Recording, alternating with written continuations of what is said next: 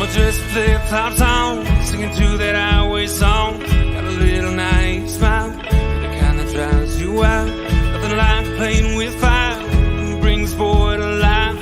Be with a fuse you light, you're good, you're dynamite.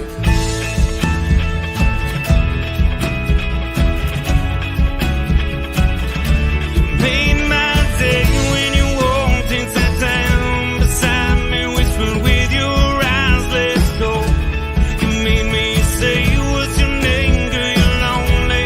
Can I call you if I ever go down this road? And I can't seem to find the thing.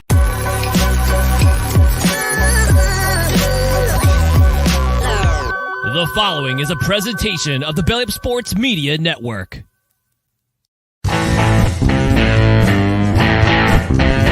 14:20 in the morning, 14 minutes and 20 seconds worth of sports talk to get you through your daily commute. Hot takes, recaps, best bets, and a little humor to get your day going in the right direction. Sit back, grab your coffee, and let's get into it. All right, 14:20 in the morning for this 15th day of August 2023. Today's show is brought to you by SeatGeek.com and the SeatGeek app. Use promo code 1420pod at SeatGeek.com today and save yourself $20 on your first purchase at SeatGeek today. Remember, we are part of the Belly Up Media Network. Go to bellyupsports.com. Check out all their great articles and other great podcasts, which is the Corner Booth Podcast, Sports Stole Podcast, and one of my favorites, watch every Tuesday night. Tonight's tonight. The Craft Brewed Sports Podcast that Mike and the boys put on a humorous show each and every time out. So I'm looking forward to that. As always, thank you for making us a part of your day each and every day here at 1420 World Headquarters. Our third birthday week this week, folks. One of those things. Looking forward to it. Anyways, when I first started this podcast 3 years ago on Sunday, coming up on the 20th, I kind of made it a mental note to myself to not make it more about me and about my passion for the New York Yankees, not make it a Yankee podcast. But turns out when you have a platform as I do, and Dave does, and Jim has, and everything else, the guys who are part of the whole podcast group here at 1420 World Headquarters, you tend to want to talk about the team that you're passionate about, the team that you know a little bit about.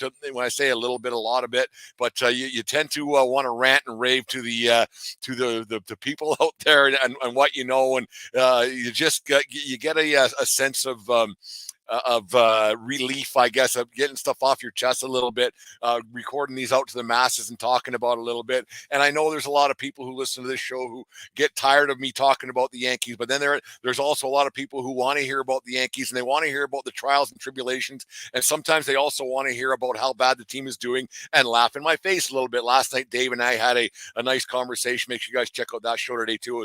We had a lot of laughs last night on the 1420 Sports Bar podcast, but we had a few. Dave had some laughs at my expense about how bad this Yankees team is and how bad things are going for the team where the pinstripes, the Bronx Bombers, and it's just not a good sign right now. And he had a very good analogy about this team. It's like Disneyland. It's you pay a lot of money for a few attractions, and that's it. And it's not the greatest spectacle on earth anymore. And that's what this Yankees team is. They're mediocre at best at 60-59 right now. And in fact, after tomorrow or tonight, we'll talk about that in a little bit, but after tomorrow, they'll be under 500 for the first time in a long time. And it's one of those things like, well, how bad is it going to get and when's it going to get worse? Well, it's going to get a lot worse. This team is mediocre at best. They're 100 and 100 in their last 200 games. So if that doesn't scream mediocrity, I don't know what does. 500, you're one game away from being worse, closer to the bottom than you are the top, right? So it's one of those things. It's not a good sign for the Yankees right now. It's a bad feeling for a franchise that usually have a good feeling about going into the season. This season was a bit of a different one. Going into it, you had some doubts about how they were going to respond to the not having a left fielder, not having a third baseman, they had a shortstop who's a rookie who's had a decent season. His stats aren't great, but he's doing what he's supposed to be doing. But this it's been an absolute disaster right from the get-go with this Yankees team, and you got to think that something's got to change in the very near future. I don't know what it is. You can't fire a manager because they'll just put somebody else in. You can't get rid of the whole team because, like, what do? You got still got to play the guys. You're not going to bench guys who are making $25 million a year. It's really tough to watch. Like when you're a Yankee fan, you have a unrealistic goal, I guess, going into the season to make the playoffs and maybe do some damage. Having a thought that your team's going to win a World Series every year is unrealistic, and having that thought this year wasn't the thought I had for me going into this season. I didn't think they were going to win a World Series. I thought they'd be a playoff team. I didn't think they'd be a last place team in the American League East. But having the unrealistic goal of winning a World Championship every year isn't the thing that can happen. They never made their team better than the Astros, who swept them aside last year. They never made their team better than the Dodgers. They never made their team better than the Atlanta Braves, who are showing that they're the best team in baseball. And I kind of felt for Boone last night in his post-game presser. He looked really defeated and really down about the whole thing. Usually he can turn things around and say stuff in a Boone kind of way. But last night he said that the Braves are where they hope to be one day, and they're just not there, and they're not going to be there for a long time with the way that this team is built. There's not a miracle run coming up for this Yankees team. There's not a miracle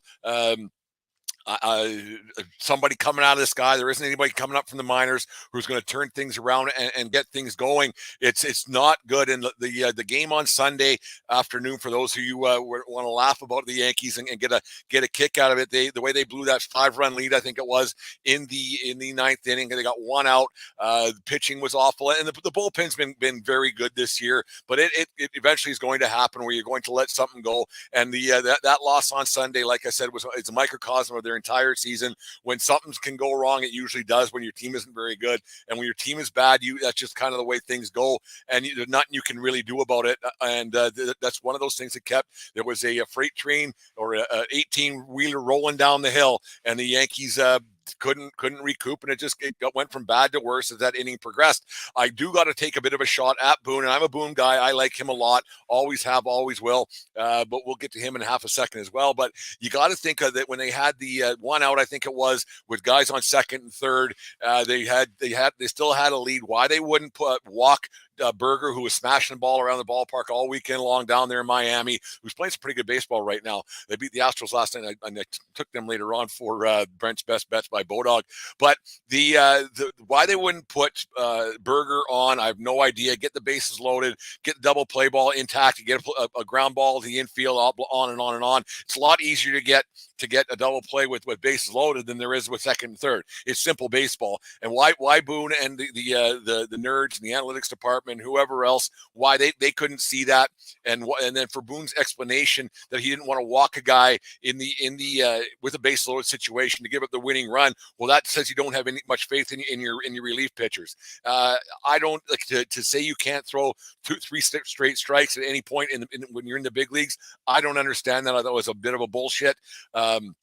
A bit of a bullshit excuse for Boone. Maybe he's just running out of things to say, because it would be tough day in, day out to come up with something on a day-to-day basis of why you lost this game, why you lost that game, and why it goes. Like you can see how it's starting to wear on him a lot, and how the frustration is there, and the body language. He went out the mound last night in that defeat 11-3 last night to the Braves. It's that Braves team is really good. That Braves team is poised to win themselves a world championship. I don't know if they will, but they're right there in the conversations. Yeah, it's just when you've seen Boone go out there and just had nothing there, and a lot of the players had that same body language last night, knowing that they don't have a hope in hell of doing anything. And the best team that money can buy, it, though it's not most, but $280 million to be that far out of a playoff spot right now. You think of what $280 million could do for famine right across the United States, or for homelessness and hungriness, or whatever you want to do it, to fill up food banks right across the United States and Canada. It'd be a lot better money better spent than the New York Yankees have. So it's hard to watch Boone right now to go through the motions a little bit, and knowing he's a dead man walking. Like, you wonder why back in 2017 when they got rid of Girardi, which I still think was a mistake, that he wasn't the guy Cashman wanted to be, or maybe Boone, or maybe Girardi just didn't want to follow the binder, follow the book, but he always had that binder there too. In fact, his nickname was the binder. Like, you kind of wonder why, you're looking back at why it didn't work. I mean, there's obviously the Gary Sanchez situation, but Boone Boone to take that job, you wonder why he would have taken it and kind of erase his legacy from the 2003 ALCS home run on Tim Wakefield. We all know the story. It's not only one of the best home runs or the greatest home runs in Yankee history, but in baseball history. The drama that ensued in that game against the Red Sox in that ALCS, which is still one of the best ALCSs of all time. I remember exactly where I was when I was watching that, and the joy and everything else that was coming across Yankee land, and you watch that, and the smile that comes across your face still. Now Boone's legacy is a bit will be a bit tarnished no matter what, because he's managing a team that's going nowhere, and he'll be remembered for that by a lot of Yankee fans, especially the ones who are that are 20 years old, because all of a sudden 2003 is 20 years ago. So all the guys who were not even allowed to go in the stands or into the Yankee Tavern or over to Billy's or the dugout across the street there, they don't know Aaron Boone for that home run. Yeah, they've seen videos and everything else, but there is a bit of a tarnished legacy that Boone got, and I don't know why Boone would have taken that job in the first place and not stay in the ESPN booth, because that's a pretty sweet gig. But now, what's he going to do when he gets fired at the end of the season? I know I said last week that Boone's going to stick around, and I think, you know what?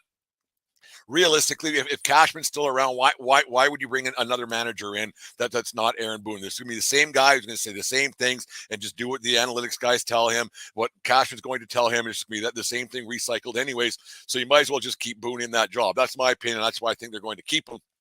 But he looks like a dead man walking with his body language and everything else. And you kind of get sick of the, I personally, I'm not one of these Yankee guys who talks about the chase for 28 and everything else. I could give a shit about those 27 other world championships. Yeah, it's nice to reminisce. It's good to look back at some old videos and everything else and the joy that came across those. But in general, you want to see your team succeed and you want to see your team do a lot better. And this Yankee team isn't going to do a lot better. Like they're going to finish under 500 for the first time since 1992. That's the year I graduated high school. It's a long time ago, kids, and they're going to have a rough go of it. Like you think the 2013 team that wasn't very good and the 2014 team, which wasn't very good, still had some. They were above 500, and they were interesting to watch and fun to watch. You also did have the Mariano Rivera retirement tour in 2013, and then you had the Jeter retirement tour in 2014. So that was something you could look forward to on a night basis and everything else, and seeing those two all-time baseball greats playing on a nightly basis. This Yankee team isn't fun to watch. They're not good. They are unathletic. They're uninspired. They got nothing going for them, and they're always half a second away from disaster. Their starting pitching has been absolutely awful this year. It's been the team ERA, I think, is over 5 for their starters, and that includes having a guy like Garrett Cole, who is probably going to win the American League Cy Young, and wasting that start that Cole had on Sunday afternoon against Miami.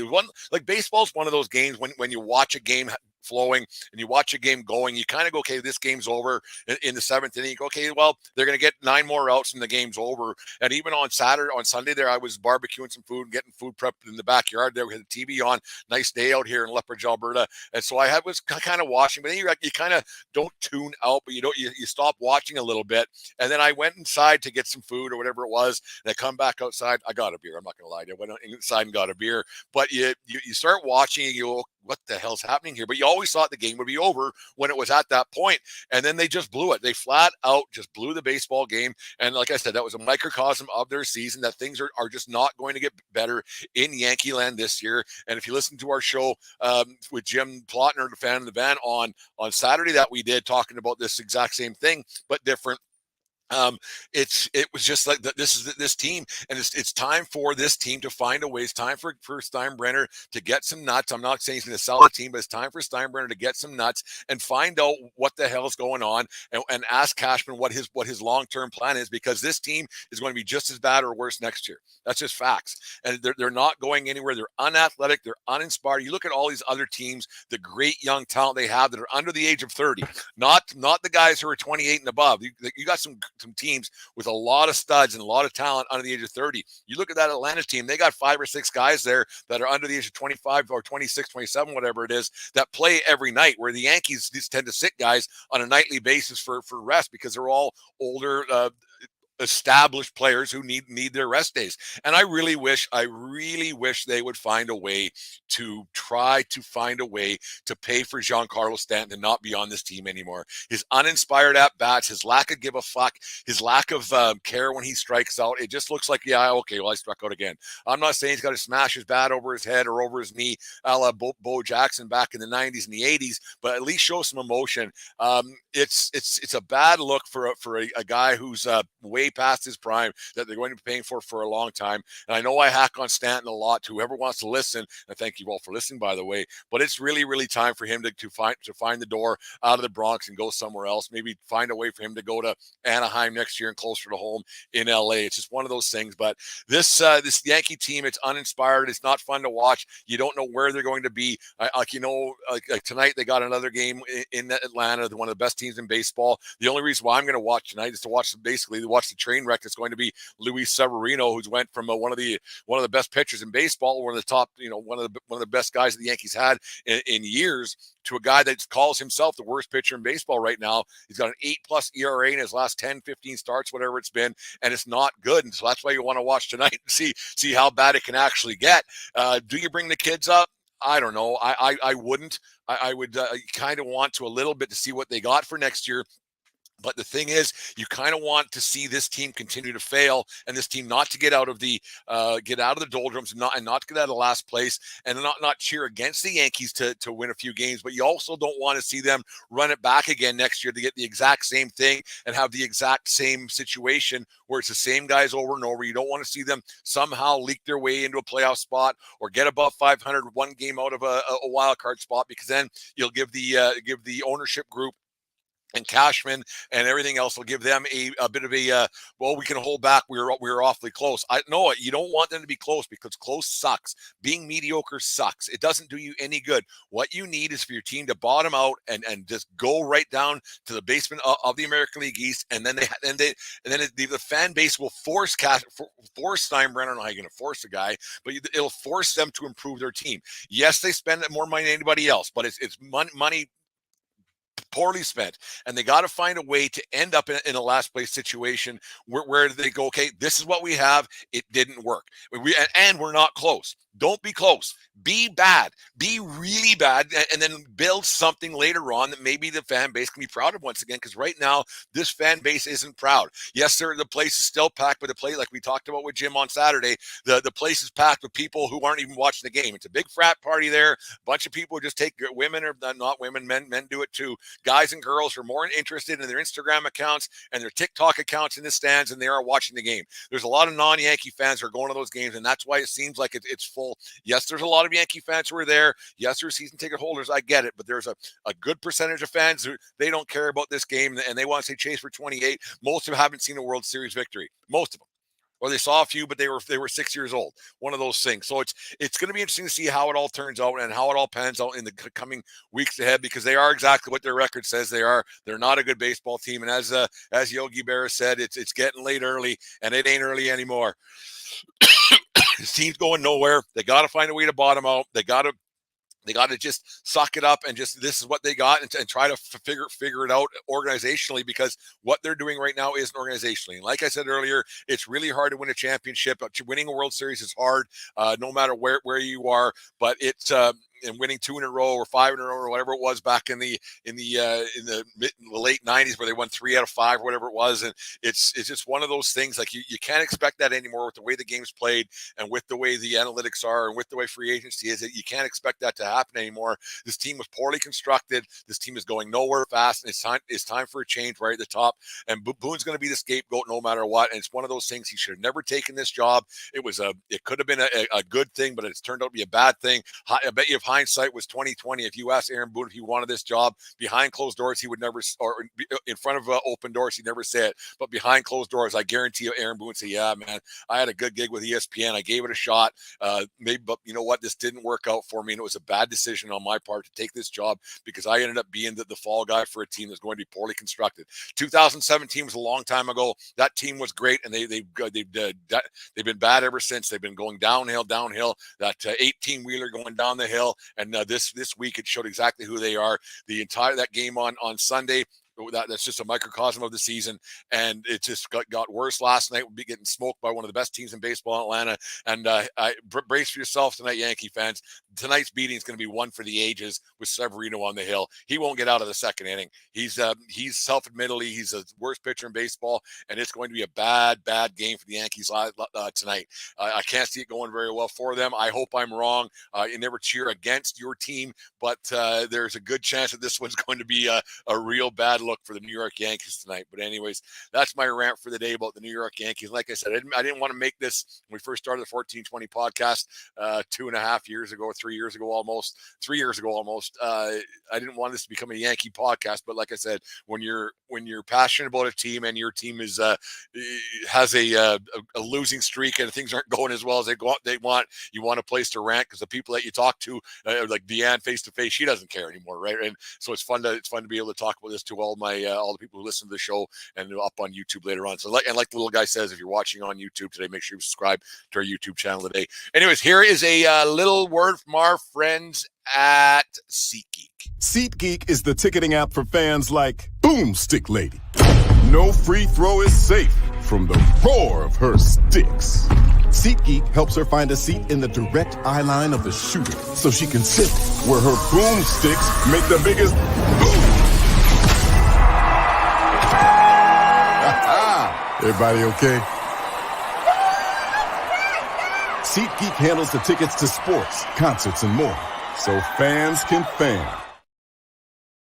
Anyways, thank you to SeatGeek. Go to SeatGeek.com. Use promo code 1420pod at SeatGeek.com today and save yourself $20 on your first purchase. It still works. The people are using it quite consistently. But anyways, Brent's Best Bet brought to you by Bodog. We'll get this done and get you guys out of here today. Thank you very much for listening, by the way, each and every day here at 1420 World Headquarters, and to all the past shows. Listen to some past shows. They're really funny. They're really good. Anyways, Brent's Best Bet brought to you by Bodog. Make a play tonight at Bodog. Take the Philadelphia Phillies to take down the Toronto Blue Jays, as Zach Wheeler will outduel Yusei Kikuchi. Then I'm going again with the Miami Marlins again over top of the Houston Astros. I got the Marlins winning their fourth in a row, second straight over the Houston Astros, as somehow Johnny Cueto finds the fountain of youth that he used to have, and he pitches one for the Marlins tonight. Take the Marlins, and then this is the lock of the night, kids. Take the Atlanta Braves to absolutely dismantle Luis Severino and the New York Yankees tonight in Atlanta. It's not going to be good. The Braves are a powerhouse, and Severino is struggling. That's the lock of the night from Brent. You can put that one in stone. Anyways, put down $20 and win $91.50. That's the Marlins, Phillies, and Braves. Make a play at Bodog today by clicking on our personalized link and getting yourself our $400 sign-up bonus. It'll be up in the show's notes, and you can find it on our social media accounts and everything else. But make a play at Bodog today. But remember, if you're going to play, be sure to play responsibly tonight at Bodog. Anyways, thank you very much for listening to the show this morning. Thanks for people who tuned in on Facebook or on YouTube or on Twitter or whatever it might be. Make sure you guys listen to last night's show. It's already up. Make sure you guys give that one a listen. It was a lot of fun, a lot of laughs. We had a Would You Rather that was quite humorous about bowling and golfing last night. So that's always a good laugh when Dave throws us a Would You Rather on Monday nights. But thank you very much, like I said, for everybody over the last 3 years. It's going to be a good week. We got something planned for Sunday. I'm piecing the last of stuff together to do a live show Sunday afternoon, and that you hopefully people tune in and have some laughs, and we'll reminisce about the past 3 years here at 1420 World Headquarters. Anyways, thank you very much once again. And remember, it doesn't matter where you are, it's who you're with. Have a good day, folks, and we'll talk to you tomorrow. You just listened to the 1420 Sports Bar Podcast. 4 beer with the sports talk and a whole lot more. We are part of the Belly Up Media Network. Let's get into it.